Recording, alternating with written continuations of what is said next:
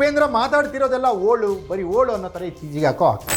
ಏನೇನೋ ಮಾಡ್ತಾರೆ, ಏನು ಮಾಡಬೇಕು ಅನ್ನೋದನ್ನ ಉಪೇಂದ್ರ ಮರ್ತಿದಾರ. ಸುಮ್ಮನೆ ಮಾತಾಡ್ತಾನೆ ಉಪೇಂದ್ರ ಅನ್ನುವಂಥ ಮಾತುಗಳು ಯಾಕೆ ಬರ್ತಾ ಇದ್ದಾವೆ? ಉಪೇಂದ್ರ ಮಾತಾಡ್ತಿರೋದೆಲ್ಲ ಓಳು, ಬರೀ ಓಳು ಅಷ್ಟೇನಾ? ಬರಿ ಓಳು ಬರಿ ಓಳು ಬರಿ ಓಳು ಬರಿ ಓಳು.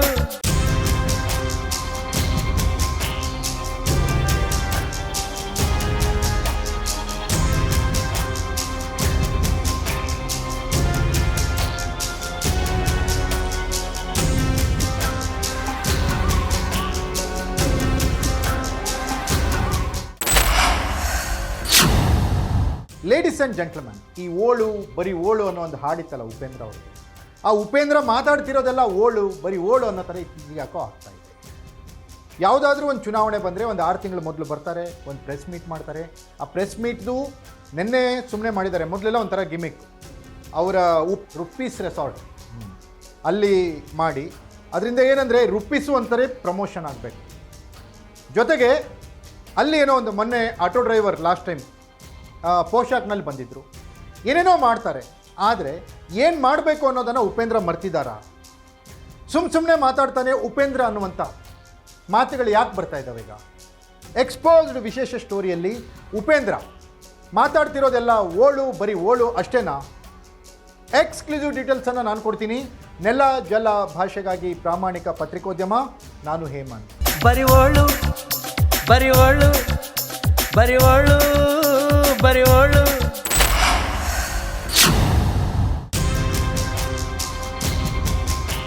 ಎಸ್ ವೀಕ್ಷಕರೇ, Upendra real star, super star Upendra ಮಾತಾಡ್ತಿರೋದೆಲ್ಲ ಓಳು, ಬರೀ ಓಳು ಅನ್ನೋ ಥರದ ಮಾತು.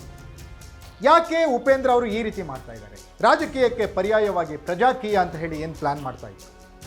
ಆ ಪ್ರಜಾಕೀಯ ಅಂದರೆ ಏನು ಅಂತ ಜನರಿಗೆ ಹೇಳ್ತಾ ಇದ್ದಾರೆ. ಉಪೇಂದ್ರ ಅವ್ರಿಗೆ ಏನಾದರೂ ಕೇಳಿದ್ರೆ ಜನರಿಗೆ ಅರ್ಥ ಆಗಬೇಕು, ಜನರಿಗೆ ಬುದ್ಧಿ ಬರಬೇಕು ಅಂತ. ಅಷ್ಟು ಸುಲಭವಾಗಿ ನಮ್ಮ ಜನರಿಗೆ ಅರ್ಥ ಆಗ್ಬಿಡುತ್ತಾ? ಅಥವಾ ಜನರಿಗೆ ಅರ್ಥ ಮಾಡಿಸೋದಕ್ಕೋಸ್ಕರನೇ ಉಪೇಂದ್ರ ಏನಾದರೂ ಕ್ರಮಗಳನ್ನು ಕೈಗೊಂಡಿದ್ದಾರಾ?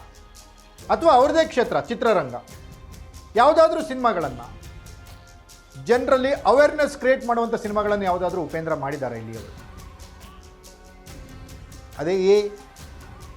ಅದೇ ಉಪೇಂದ್ರ, ಅದೇ ಈ ಥರ ಸಿನಿಮಾಗಳು ಪ್ರಜಾಕೀಯದ ವಿಚಾರಧಾರೆಗಳನ್ನು ಇಟ್ಟುಕೊಂಡು ಅಥವಾ ಜನರಲ್ಲಿ ರಾಜಕೀಯ ಅವೇರ್ನೆಸ್ಸನ್ನು ಕ್ರಿಯೇಟ್ ಮಾಡಲಿಕ್ಕೆ ಯಾವುದಾದ್ರೂ ಸಿನಿಮಾಗಳನ್ನಾಗಲಿ ಏನಾದರೂ ಕಂಟೆಂಟ್ಗಳನ್ನಾಗಲಿ ಉಪೇಂದ್ರ ಮಾಡಿದ್ದಾರೆ? ನನಗೆ ತಿಳಿದಿರೋ ಮಟ್ಟಿಗೆ ಇಲ್ಲ ಅನಿಸುತ್ತೆ. ಹಾಗಾದರೆ ಯಾಕೆ ಮಾಡಿಲ್ಲ ಉಪೇಂದ್ರ?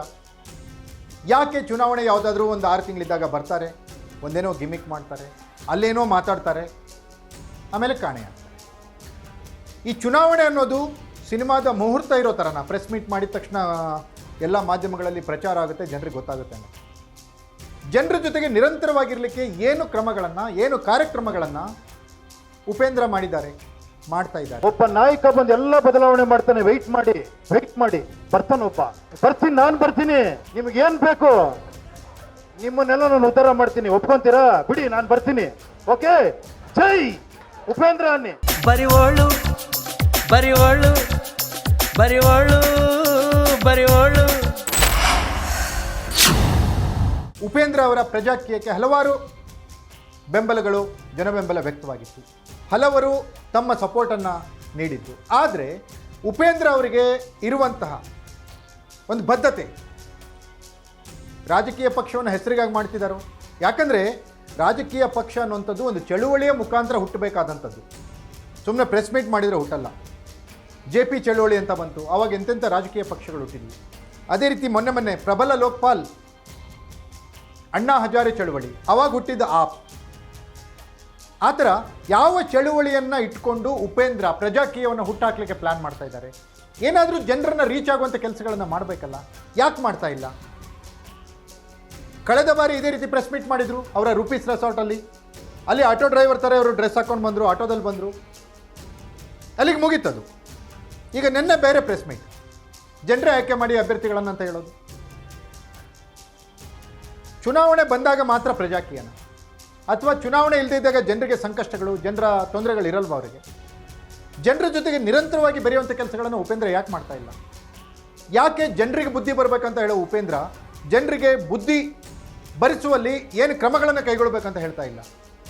ಹಾಗಾದರೆ ಉಪೇಂದ್ರ ಮಾತಾಡ್ತಿರೋದಲ್ಲ ಓಳು ಬರೀ ಓಳು ಅನ್ನೋ ಥರನ? ಇದಕ್ಕೆ ಉಪೇಂದ್ರ ಅವರ ಸ್ಪಷ್ಟನೆ ಕೊಡಬೇಕು. ಬರಿ ಓಳು ಬರಿ ಓಳು ಬರಿ ಓಳು ಬರಿ ಓಳು.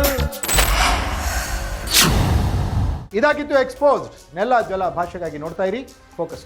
ಬರಿ ಓಳು ಬರಿ ಓಳು ಬರಿ ಓಳು ಬರಿ ಓಳು.